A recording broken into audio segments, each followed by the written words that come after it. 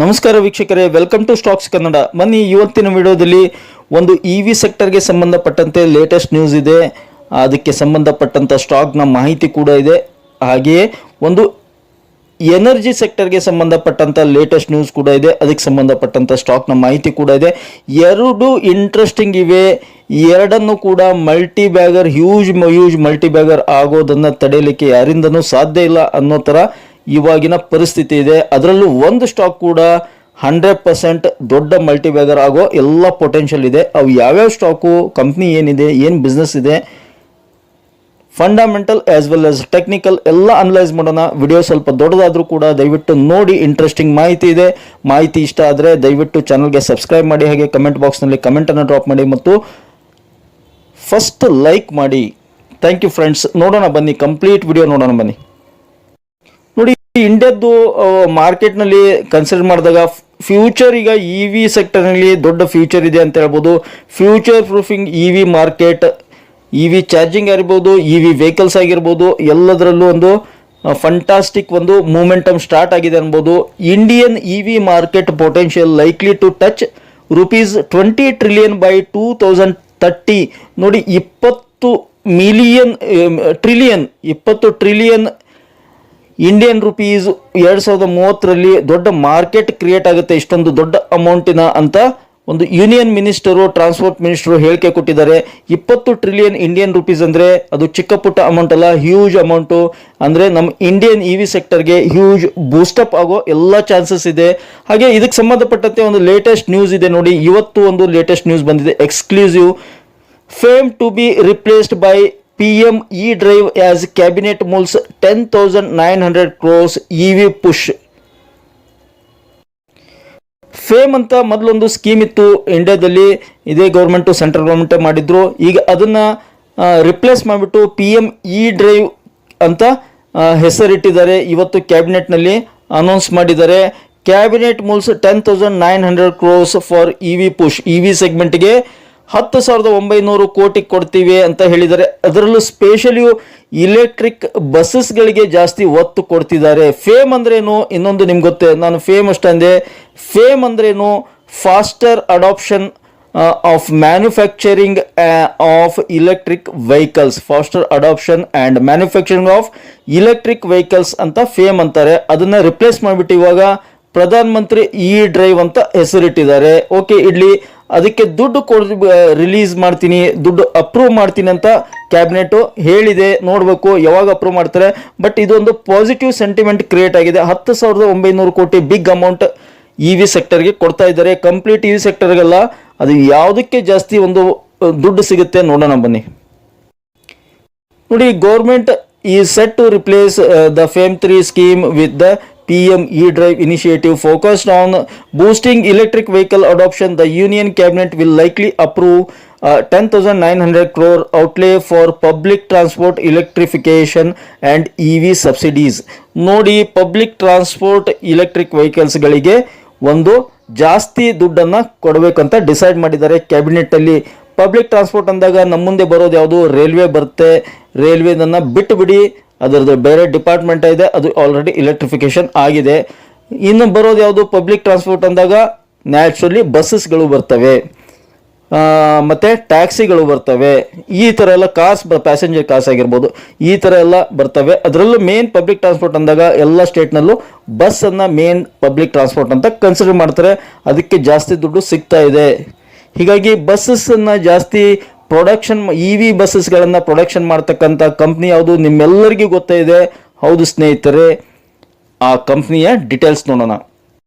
ನೋಡಿ, the union cabinet is expected to take a significant decision today on the future of electric mobility in India by considering the replacement of the faster adoption and manufacturing of electric vehicles FAME scheme with the new PM E-Drive scheme.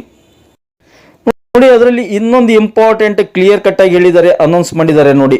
PM E bus Sewa, ನೋಡಿ, electric bus Sewa payment security mechanism to incentivise electric bus purchases for public transport. E bus ಅಂದರೆ electric bus manufacture ಮಾಡ್ತಕ್ಕಂಥ ಕಂಪ್ನಿಗಳಿಗೆ ಒಂದು incentive ಸಿಗೋ ಎಲ್ಲ ಸಾಧ್ಯತೆ ಇದೆ. So ಈ ಬಸ್ ಅಂದಾಗ, ಎಲೆಕ್ಟ್ರಿಕ್ ಬಸ್ ಅಂದಾಗ ಇ ವಿ ಸೆಕ್ಟರ್ ಅಂದಾಗ ನಮ್ಮ ಮುಂದೆ ಬರೋದು ಫಸ್ಟ್ ಯಾವುದು? ಓಲೆಕ್ಟ್ರಾ. ಹೌದು ಸ್ನೇಹಿತರೆ, Olectra Green Tech Limited is one of the leading company in India. ಮುಂದೆ ಕೂಡ ದೊಡ್ಡ ರೋಲ್ ಪ್ಲೇ ಮಾಡುತ್ತೆ ಇದು ಒಂದು ಇ ವಿ ಸೆಕ್ಟರ್ನಲ್ಲಿ ಅಂತ ಹೇಳ್ಬೋದು. ಇತ್ತೀಚೆಗೆ ಒಂದು ಅವಾರ್ಡ್ ಕೂಡ ಸಿಕ್ಕಿತ್ತು ನಮ್ಮ ಕರ್ನಾಟಕದ KSRTC E V power plus wins bus of the year award, ಈ bus of the year award ಕೂಡ ಸಿಕ್ಕಿತ್ತು. ಈ ಥರ ಒಂದು ಇಲೆಕ್ಟ್ರಿಕ್ ವೆಹಿಕಲ್ಸ್ಗಳಿವೆ. ಹಾಗೆ ಇದು ಟಾಟಾ ಮೋಟರ್ಸ್ದು. ನೋಡಿ, ಇ ವಿ ಬಸ್ ಅಂದಾಗ ನಾವು ಕೇವಲ ಒಲೆಕ್ಟ್ರಾನೇ ಕನ್ಸಿಡರ್ ಮಾಡೋದು. Olectra is a leading, of course. ಅದ್ರ ಜೊತೆಗೆ ದೈತ್ಯ ಕಂಪ್ನಿ ಟಾಟಾ ಕೂಡ ಇದೆ, ಟಾಟಾ ಮೋಟರ್ಸು. ಅದು ಕೂಡ ಈ ಬಸ್ಗಳನ್ನು ರೆಡಿ ಮಾಡ್ತಾ ಇದೆ. ಜೊತೆಗೆ ಅಶೋಕ್ ಲೇಲ್ಯಾಂಡ್ ಕೂಡ ಇದೆ. ನೋಡಿ ಸ್ನೇಹಿತರೆ, ಓಲೆಕ್ಟ್ರಾ ಗ್ರೀನ್ ಟೆಕ್ ಲಿಮಿಟೆಡ್ ಒಂದು ಈ ಥರ ಇ ವಿ ಬಸ್ಸಸ್ಗಳನ್ನು ರೆಡಿ ಮಾಡುತ್ತೆ. ಹಾಗೆ ಮೇನ್ ಇದು ಇತ್ತೀಚೆಗೆ ಇಲೆಕ್ಟ್ರಿಕ್ ಟ್ರಕ್ಸ್ಗಳನ್ನು, ಲಾರಿಗಳನ್ನು ಕೂಡ, ಟ್ರಿಪ್ಪರ್ ಅಂತಾರೆ, ಟಿಪ್ಪರ್ಗಳನ್ನು ಕೂಡ ರೆಡಿ ಮಾಡಿದೆ, ಆಲ್ರೆಡಿ ರೋಡಿಗೆ ಬಿಟ್ಟಿದೆ. ನೋಡಿ, ಒಲೆಕ್ಟ್ರಾ ಇ ವಿ ಲಾರಿ ಅಥವಾ ಒಲೆಕ್ಟ್ರಾ ಇ ವಿ ಟ್ರಕ್ ಅನ್ರಿ, ಅಥವಾ ಒಲೆಕ್ಟ್ರಾ ಇ ವಿ ಟಿಪ್ಪರ್ ಅಂತ ಕರಿಬೋದು. ಈ ಥರ ಒಂದು ಲಾರಿಗಳನ್ನು ಕೂಡ ರೆಡಿ ಮಾಡಿದೆ. ಇದು ನಾರ್ಮಲ್ ಒಂದು ಪ್ಯಾಸೆಂಜರ್ ಒಂದು BMTC ಬಸ್ ಆಗಿರ್ಬೋದು, ಲೋಕಲ್ ಬಸ್ಸಸ್ ಆಗಿರ್ಬೋದು, ಆಯಾ ಒಂದು ಸಿಟಿಗಳಲ್ಲಿ ಟ್ರಾವೆಲ್ ಮಾಡ್ತಕ್ಕಂಥ ಸಿಟಿ ಬಸ್ ಅಂತಾರೆ, ಅವುಗಳನ್ನು ಕೂಡ ನಿರ್ಮಾಣ ಮಾಡುತ್ತೆ. ಜೊತೆಗೆ ಹ್ಯೂಜ್ ಲಕ್ಸುರಿಯಸ್ ಬಸ್ಸಸ್ಗಳನ್ನು ಕೂಡ ನಿರ್ಮಾಣ ಮಾಡುತ್ತೆ ಸ್ನೇಹಿತರೆ. ಇವು ಎಲ್ಲದರಲ್ಲೂ ಹೆಸರುವಾಸಿಯಾಗಿದೆ Olectra green tech. Olectra green tech ಇವತ್ತಿನ ಬೆಲೆ 1617 ಇದೆ. ನೋಡಿ, ಆ ಒಂದು ನ್ಯೂಸ್ ಬಂದ ಮೇಲೆ 3.5% ಜಂಪ್ ಆಯಿತು. ಆ್ಯಕ್ಚುಲಿ 1672 ಹೈ ರೀಚ್ ಆಯಿತು. ಇವತ್ತು ನೋಡಿ 1017ರಲ್ಲಿ ಕ್ಲೋಸ್ ಆಗಿದೆ. ಫಂಟಾಸ್ಟಿಕ್ ಮೂಮೆಂಟಮ್ ಬಂದಿದೆ ಇದರಲ್ಲಿ ಇವತ್ತು. ನೋಡಿ, sector automobile and ancillary sector ಮತ್ತು ಇಂಡಸ್ಟ್ರಿ, ಆಟೋಮೊಬೈಲ್, ಟ್ರಕ್ಸು, LCVದಲ್ಲಿ ಬರುತ್ತೆ. ಮಾರ್ಕೆಟ್ ಕ್ಯಾಪಿಟಲ್ 13,452 ಇದೆ. ಮತ್ತು EPS 10.08 ಇದೆ. PE ratio 162, industry PE 13. Industry PE compare ಮಾಡಿದರೆ PE ರೇಷಿಯೋ ತುಂಬಾ ಜಾಸ್ತಿ ಇದೆ. ಆದರೂ ಕೂಡ ವರಿ ಮಾಡೋ ಅವಶ್ಯಕತೆ ಇಲ್ಲ ಅಂತ ಹೇಳ್ಬೋದು, ಏಕೆಂದರೆ ಅದರ ಬಿಸ್ನೆಸ್ ಆ ಥರ ಇದೆ. PE ರೇಷಿಯೋ ಸ್ವಲ್ಪ ಏನೋ ಜಾಸ್ತಿನೇ ಇದೆ, 162. ಏಕೆಂದರೆ ಅಷ್ಟೊಂದು ಬಿಸ್ನೆಸ್ ಗ್ರೋತ್ ಆಗಿದೆ, ಜಂಪ್ ಆಗಿದೆ. ನೋಡಬೇಕು ಹೇಗೆ ಮೂಮೆಂಟಮ್ ಆಗುತ್ತೆ. ನಂಗೆ ತಿರುಮಟ್ಟಿಗೆ PE ರೇಷಿಯೋನ ಬದಿಗಿಡಿ, ಕನ್ಸಿಡರ್ ಮಾಡ್ಲಿಕ್ಕೆ ಹೋಗಬೇಡಿ ಸದ್ಯಕ್ಕೆ. ಇಂಡಸ್ಟ್ರಿ PE ಕೂಡ ಜಾಸ್ತಿ ಆಗಬೇಕಾಗುತ್ತೆ, ನೋಡೋಣ. ರಿಟರ್ನ್ಸ್ ನೋಡಿ, ಇದು 10 ವರ್ಷಕ್ಕೆ 13,784% ರಿಟರ್ನ್ಸ್ ಕೊಟ್ಟಿದೆ. 5 ವರ್ಷಕ್ಕೆ 717, 2 ವರ್ಷಕ್ಕೆ 159, 1 ವರ್ಷ 29%. ನೋಡಿ ಸ್ನೇಹಿತರೆ, ಓಲೆಕ್ಟ್ರಾದು ಮಂತ್ಲಿ ಚಾರ್ಟ್ ಓಪನ್ ಮಾಡಿದ್ದೀನಿ ನಿಮ್ಮ ಮುಂದೆ. ಮಂತ್ಲಿ ಚಾರ್ಟ್ ಇದು. ಸಿ ಹೌ ತುಂಬ ವರ್ಷಗಳವರೆಗೆ ಒಂದು ಕನ್ಸಲ್ಟೇಷನ್ ಆಗ್ಬಿಟ್ಟು ಮೂವ್ ಆಯಿತು. ನಂತರ ಸುಮಾರು ವರ್ಷಗಳವರೆಗೆ ಅಥವಾ ತಿಂಗಳು ಮಂತ್ಲಿ ಚಾರ್ಟ್ ಆಗಿರೋದು ವರ್ಷ ಅಂತ ಕನ್ಸಿಡರ್ ಒಂದು ಕನ್ಸಲ್ಟೇಷನ್ ಆಗಿಬಿಟ್ಟು ಬ್ರೇಕ್ಔಟ್ ಆಯಿತು. ನೋಡಿ, ನಾನ್ ಸ್ಟಾಪೇಬಲ್ ಮೂವ್ ಆಯಿತು. 2250ವರೆಗೆ ಮೂವ್ ಆಗಿಬಿಟ್ಟು ಇಲ್ಲಿಂದ ಆಲ್ಮೋಸ್ಟ್ ಆಲ್ 1 ವರ್ಷ ಆಗಲಿಕ್ಕೆ ಬಂತು. ಮಂತ್ಲಿ ಚಾರ್ಟ್ ಆಗಿರೋದ್ರಿಂದ 1 ವರ್ಷ ಆಗಲಿಕ್ಕೆ ಬಂತು. ನೋಡಿ, ಫಾಲ್ ಆಗಿದೆ ಅಥವಾ ಕರೆಕ್ಷನ್ ಆಗಿದೆ ಅಂತ ಹೇಳ್ಬೋದು. ಬೆಟರ್ ವರ್ಡ್ ಕರೆಕ್ಷನ್ ಆಗಿದೆ. ಎಷ್ಟಿದೆ ಇವಾಗ price?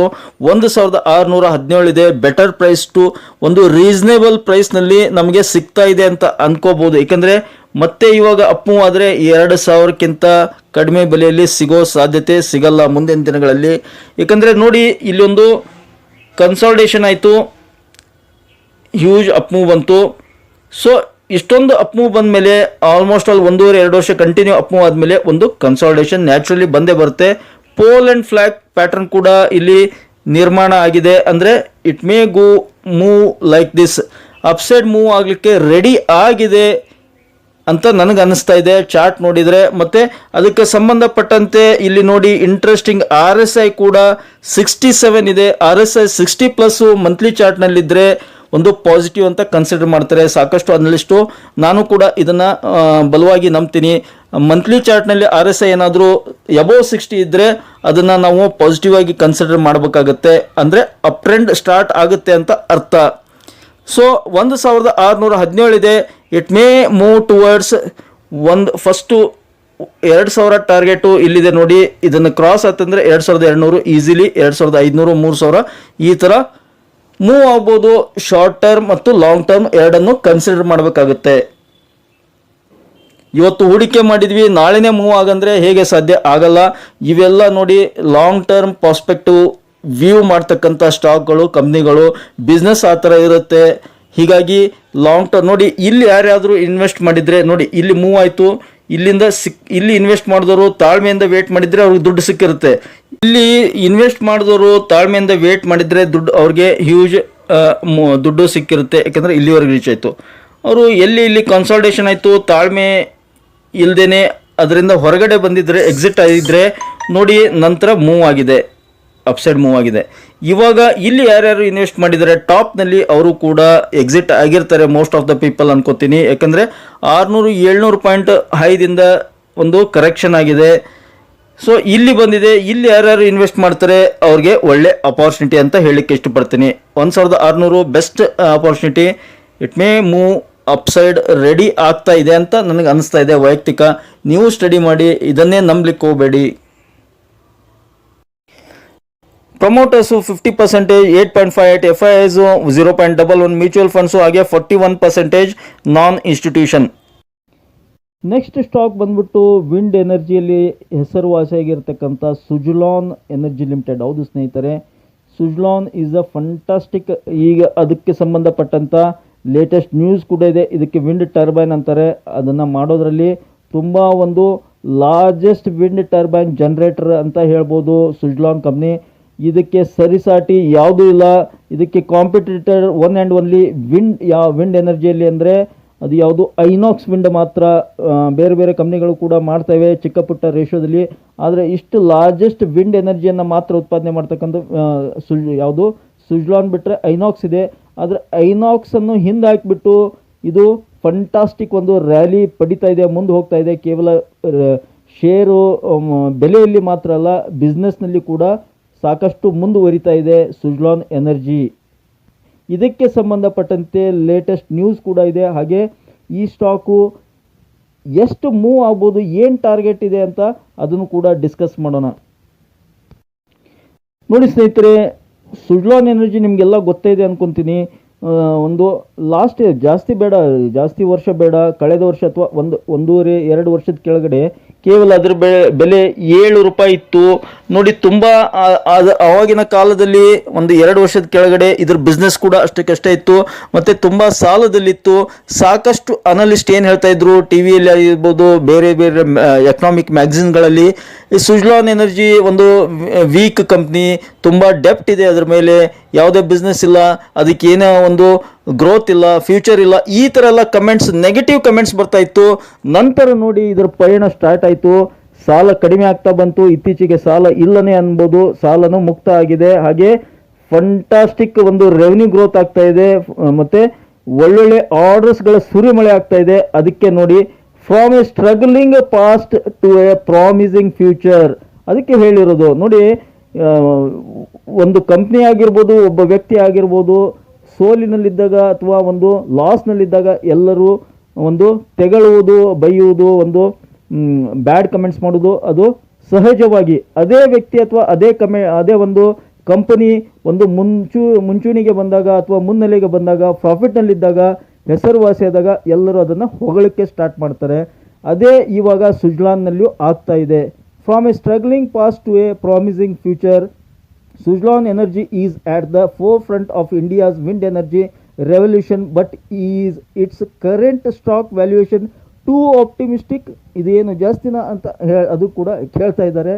Suzlon Energy Limited has staged one of the greatest comebacks in the history of corporate India. ನೋಡಿ, ಈ ಥರ ಶಬ್ದಗಳನ್ನು ಕಾರ್ಪೊರೇಟ್ ವರ್ಲ್ಡ್ನಲ್ಲಿ ಯೂಸ್ ಮಾಡ್ತಾರೆ ಅಂದರೆ ಸುಮ್ಮನೆ ಅಲ್ಲ, ಅದು ಒಳ್ಳೆ ಅಪ್ರಿಸಿಯೇಟ್ ಮಾಡ್ತಕ್ಕಂಥ ವರ್ಡ್ ಅಂತ ಹೇಳ್ಬೋದು. Greatest come back in the history of corporate India between April 23 and September 24, Suzlon shares have galloped by 9 times, 9 time ಒಂದೇ ವರ್ಷದಲ್ಲಿ ಜಂಪ್ ಆಗಿದೆ.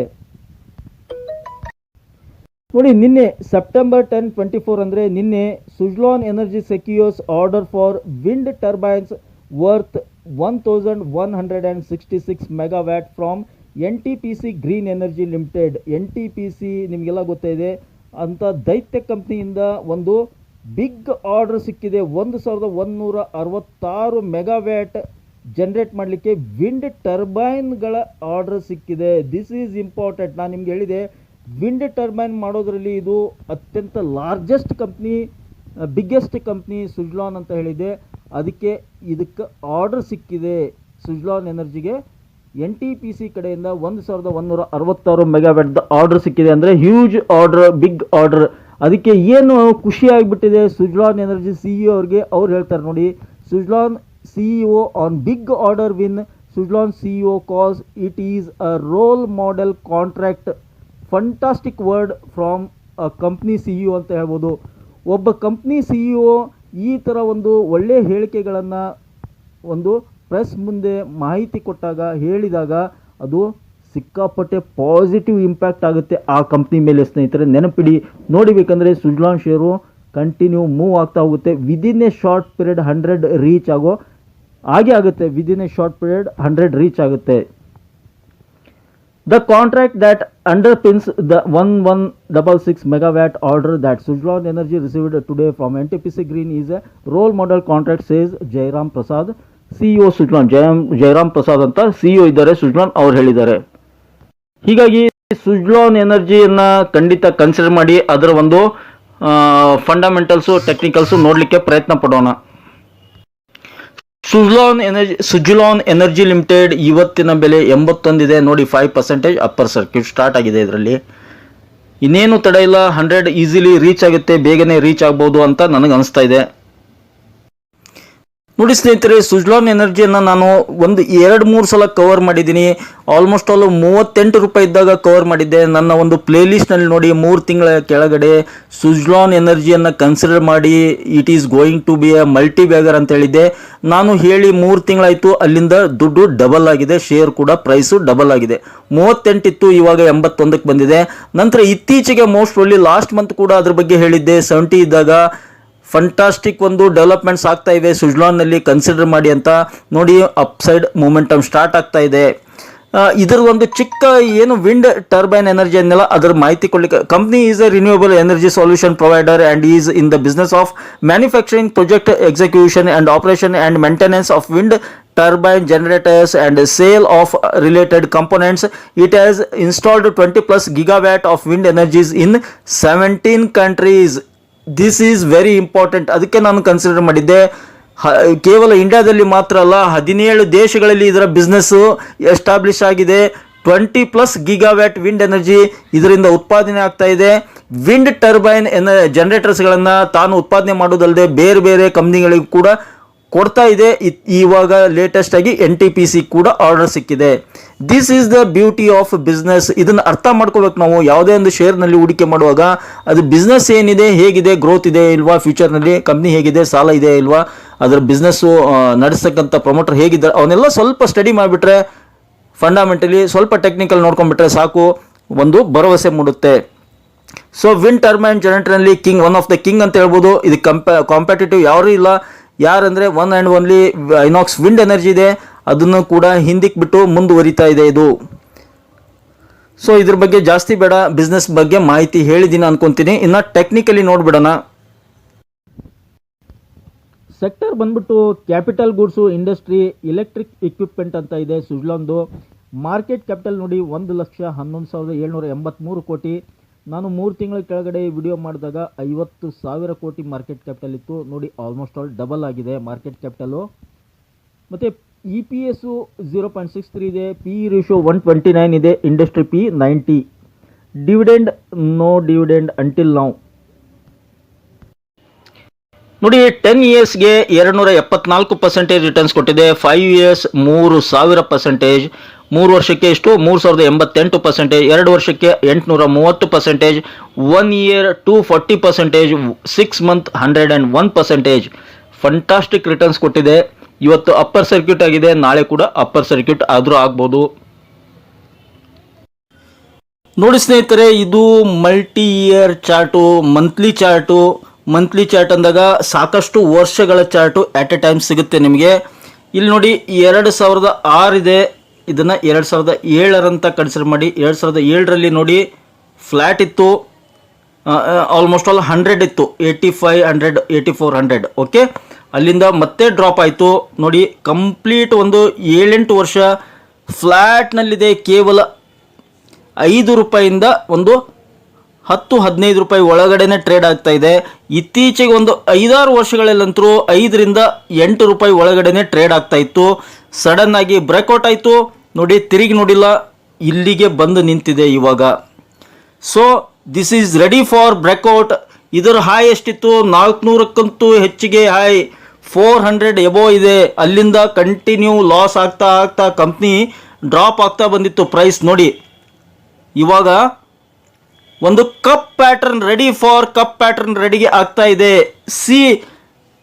ನಂಗೆ ತಿಳ್ಮಟ್ಟಿಗೆ ಇನ್ನೊಂದು ವರ್ಷ, 2 ವರ್ಷದ ನಂತರ ಬ್ಯೂಟಿಫುಲ್ ಕಪ್ ಪ್ಯಾಟರ್ನ್ ಈ ಥರ ಫಾರ್ಮ್ ಆಗುತ್ತೆ. ನೆನ್ಪಿಟ್ಕೊಂಡಿರಿ ನೀವು, ಇನ್ನೊಂದು 2 ವರ್ಷದಲ್ಲಿನೇ ಮೋಸ್ಟ್ ಪ್ರಾಬಬ್ಲಿ ನಂಗೆ ತಿಳ್ಮಟ್ಟಿಗೆ 2ರಿಂದ 3 ವರ್ಷ ಆಗ್ಬೋದು, ಅಷ್ಟರಲ್ಲಿ ಇದು 400 ರೀಚ್ ಆಗೋ ಎಲ್ಲ ಚಾನ್ಸ್ ಇದೆ. ಅವಾಗ ಮತ್ತೊಂದಿಷ್ಟು ಜನ ಏನು ಮಾಡ್ತಾರೆ, after long years it is going to breakout, cup pattern form ಆಗಿದೆ ಅಂತ ನಾನು ವಿಡಿಯೋ ಮಾಡ್ಬೋದು, ಸಾಕಷ್ಟು ಜನ ಮಾಡ್ಬೋದು. ಅದನ್ನು ಇವಾಗಲೇ ಹೇಳ್ತಾ ಇದ್ದೀನಿ ಅಡ್ವಾನ್ಸ್ ಆಗಿ. It is ready to go fly high, ತುಂಬ ಒಂದು ಎತ್ತರಕ್ಕೆ ಜಿಗಿಯುವ ಸಾಧ್ಯತೆ ಇದೆ. ಸುಜ್ಲಾನ್ ಎನರ್ಜಿ ಚಾರ್ಟ್ ಕೂಡ ಅದನ್ನೇ ಹೇಳ್ತಾ ಇದೆ, ನಾನು ಕೂಡ ಅದನ್ನೇ ಹೇಳ್ತಾ ಇದ್ದೇನೆ. ಸೊ ರೆಡಿ ಟು ಫ್ಲೈ ಅಂತ ಹೇಳ್ಬೋದು. ಸುಜ್ಲಾನ್ ಎನರ್ಜಿ ಜಾಸ್ತಿ ಒಂದು ನಾನು ಇದ್ರ ಬಗ್ಗೆ ಹೇಳೋದು ಕಷ್ಟ ಆಗುತ್ತೆ, ಯಾಕಂದರೆ ನನ್ನ ಮಾತು ನಂಬಿಟ್ಟು ನೀವೇನಾದರೂ ಜಾಸ್ತಿ ದುಡ್ಡು ಹಾಕಿ ಇನ್ವೆಸ್ಟ್ ಮಾಡಿಬಿಟ್ರೆ ಅದೇನಾದರೂ ಲಾಸ್ ಆತಂದರೆ ಕಷ್ಟ. ಅದಕ್ಕೆ ಇದನ್ನು ಕೇವಲ ಎಜುಕೇಷ್ನಲ್ ವಿಡಿಯೋ ಅಂತ ಕನ್ಸಿಡರ್ ಮಾಡಿ, ಇದು ನನ್ನ ಡಿಸ್ಕ್ಲೇಮರ್ ಅಂತ ಕನ್ಸಿಡರ್ ಮಾಡಿ. ನಾನು ಸೆಬಿ ರಿಜಿಸ್ಟರ್ಡ್ ಅಡ್ವೈಸರ್ ಇಲ್ಲದೆ ಇರೋ ಕಾರಣ ಕೇವಲ ನಿಮಗೆ ಸ್ಟಾಕ್ಗಳ ಒಂದು ಇಂಡೆಕ್ಸ್ಗಳಾಗಿರ್ಬೋದು ಮಾಹಿತಿ ಮಾತ್ರ ಕೊಡ್ತಕ್ಕಂಥದ್ದು ಈ ಚಾನಲ್ನ ಉದ್ದೇಶ. ನಿಮ್ಮನ್ನು ಎಜುಕೇಟ್ ಮಾಡ್ತಕ್ಕಂಥದ್ದು ಈ ಚಾನಲ್ನ ಉದ್ದೇಶ. ಕೆಲವೊಂದಿಷ್ಟು ಪ್ಯಾಟರ್ನ್ಸ್ಗಳನ್ನು, ಹೊಸ ಹೊಸ ಪ್ಯಾಟರ್ನ್ಸ್ಗಳನ್ನು ನಿಮ್ಮ ಮುಂದೆ ತಂದಿಡೋದು, ಟೆಕ್ನಿಕಲ್ ಆಗಿರ್ಬೋದು, ಫಂಡಮೆಂಟಲಿ, ಲೇಟೆಸ್ಟ್ ನ್ಯೂಸು, ಈ ಥರ ಎಲ್ಲ ಒಂದು ಇನ್ಫಾರ್ಮೇಷನ್ ಒದಗಿಸಿ ಕೊಡೋದು ಈ ಚಾನಲ್ನ ಉದ್ದೇಶ ಸ್ನೇಹಿತರೆ. ಅದನ್ನು ಬಿಟ್ಟು ನಿಮ್ಗೆ ಯಾರಿಗೂ ಪ್ರಚೋದನೆ ಮಾಡೋದಾಗಲಿ ಅಥವಾ ಕಂಪಲ್ಸರಿ ಬಾಯ್ ಮಾಡಿ, ಸೆಲ್ ಮಾಡಿ, F&O ಟ್ರೇಡ್ ಮಾಡಿ, ಇನ್ವೆಸ್ಟ್ ಮಾಡಿ, ಈ ಥರ ಎಲ್ಲ ನಾನು ಯಾರಿಗೂ ಹೇಳಲಿಕ್ಕೆ ಇಷ್ಟಪಡಲ್ಲ. ಅದು ನಿಮ್ಮ ವೈಯಕ್ತಿಕ ವಿಚಾರ. ನಾನು ಇನ್ಫಾರ್ಮೇಷನ್ ನೀಡ್ತಾ ಇದ್ದೇನೆ, ಅದಕ್ಕೆ ನೀವು ಕೂಡ ಸ್ಟಡಿ ಮಾಡಬೇಕಾಗುತ್ತೆ, ಎಫರ್ಟ್ ಹಾಕಬೇಕಾಗುತ್ತೆ, ಮತ್ತು ನಿಮ್ಮ ಆರ್ಥಿಕ ಸಲಹೆಗಾರ ಸಲಹೆ ತೊಗೊಂಡ್ಬಿಟ್ಟು ನೀವು ಮುಂದುವರಿಯಬೇಕಾಗುತ್ತೆ. ಇಷ್ಟು ಹೇಳಬಲ್ಲೆ ನಾನು. ಸೊ ಇದಕ್ಕೆ ಇನ್ನೊಂದು ಸಪೋರ್ಟ್ ಏನು ಮಾಡ್ತಾ ಇದೆ, RSI ನೋಡಿ 82 ಇದೆ. RSI ನೋಡಿ ಈಗ ಹೋಗಿ ಒಂದು ರಿಜೆಕ್ಷನ್ ಆಗಿ ಮೂವ್ ಆಗ್ತಾ ಇದೆ, ಅಂದರೆ ಫಂಟಾಸ್ಟಿಕ್. RSI ಕೂಡ ಸಪೋರ್ಟ್ ಮಾಡ್ತಾ ಇದೆ ಆನ್ ಮಂತ್ಲಿ ಬೇಸಿಸ್. ನನಗೆ ತಿಳ್ಮಟ್ಟಿಗೆ within a short period 150 reach ಆಗೋ ಎಲ್ಲ ಚಾನ್ಸ್ ಇದೆ ಅಂತ ನನಗನ್ಸುತ್ತೆ. ನೋಡೋಣ, 1-1.5-2 ತಿಂಗಳು ಬಿಟ್ಟು ಕಮೆಂಟ್ ಮಾಡಿ 150 ರೀಚ್ ಆದರೆ ನೋಡೋಣ. ನಾನಂತೂ ಇದನ್ನು ಕಂಟಿನ್ಯೂ ಫಾಲೋ ಮಾಡ್ತಾ ಇರ್ತೇನೆ. ಸುಜ್ಲಾನನ್ನು ನನ್ನ ಫೇವ್ರೇಟ್ ಸ್ಟಾಕ್ ಅಂತ ಸಾಕಷ್ಟು ಸಲ ಹೇಳಿದ್ದೇನೆ, ಇವಾಗೂ ಅದಕ್ಕೆ ಸ್ಟಿಕ್ ಆನ್ ಇದ್ದೇನೆ. ನನ್ನ ಒಂದು ಲಾಂಗ್ ಟರ್ಮ್ ಟಾರ್ಗೆಟ್ ಇದ್ರದ್ದು, ನನ್ನ ವೈಯಕ್ತಿಕ ಟಾರ್ಗೆಟ್ ಏನಂದರೆ ಲಾಂಗ್ ಟರ್ಮ್ನಲ್ಲಿ ಇದು 400, ಇನ್ನೊಂದು 2ರಿಂದ 3 ವರ್ಷದಲ್ಲಿ 400 ರೀಚ್ ಆಗೋ ಎಲ್ಲ ಚಾನ್ಸ್ ಇದೆ ಅಂತ ನನ್ನ ಪರ್ಸ್ನಲ್ ಒಪಿನಿಯನ್. ನೋಡಿ, promoters 13.27, 21%, FIIs 3.82, mutual funds 2.12, insurance companies 56%, non institution. Okay, best share holding pattern ಅಂತ ಹೇಳ್ಬೋದು. ಐ ಹೋಪ್ ಈ ಒಂದು ಮಾಹಿತಿ ನಿಮ್ಗೆ ಇಷ್ಟ ಆಗಿದೆ ಅಂದ್ಕೊಂಡಿದ್ದೀನಿ. ಇಷ್ಟ ಆಗಿದ್ರೆ ಮತ್ತೇನೆ ತಡ, ಬೇಗ ಚಾನಲ್ಗೆ ಸಬ್ಸ್ಕ್ರೈಬ್ ಮಾಡಿ, ಹಾಗೆ ಕಮೆಂಟ್ ಬಾಕ್ಸ್ನಲ್ಲಿ ಕಮೆಂಟನ್ನು ಡ್ರಾಪ್ ಮಾಡ್ತಾ don't forget to hit the like button. Thank you friends, thank you all.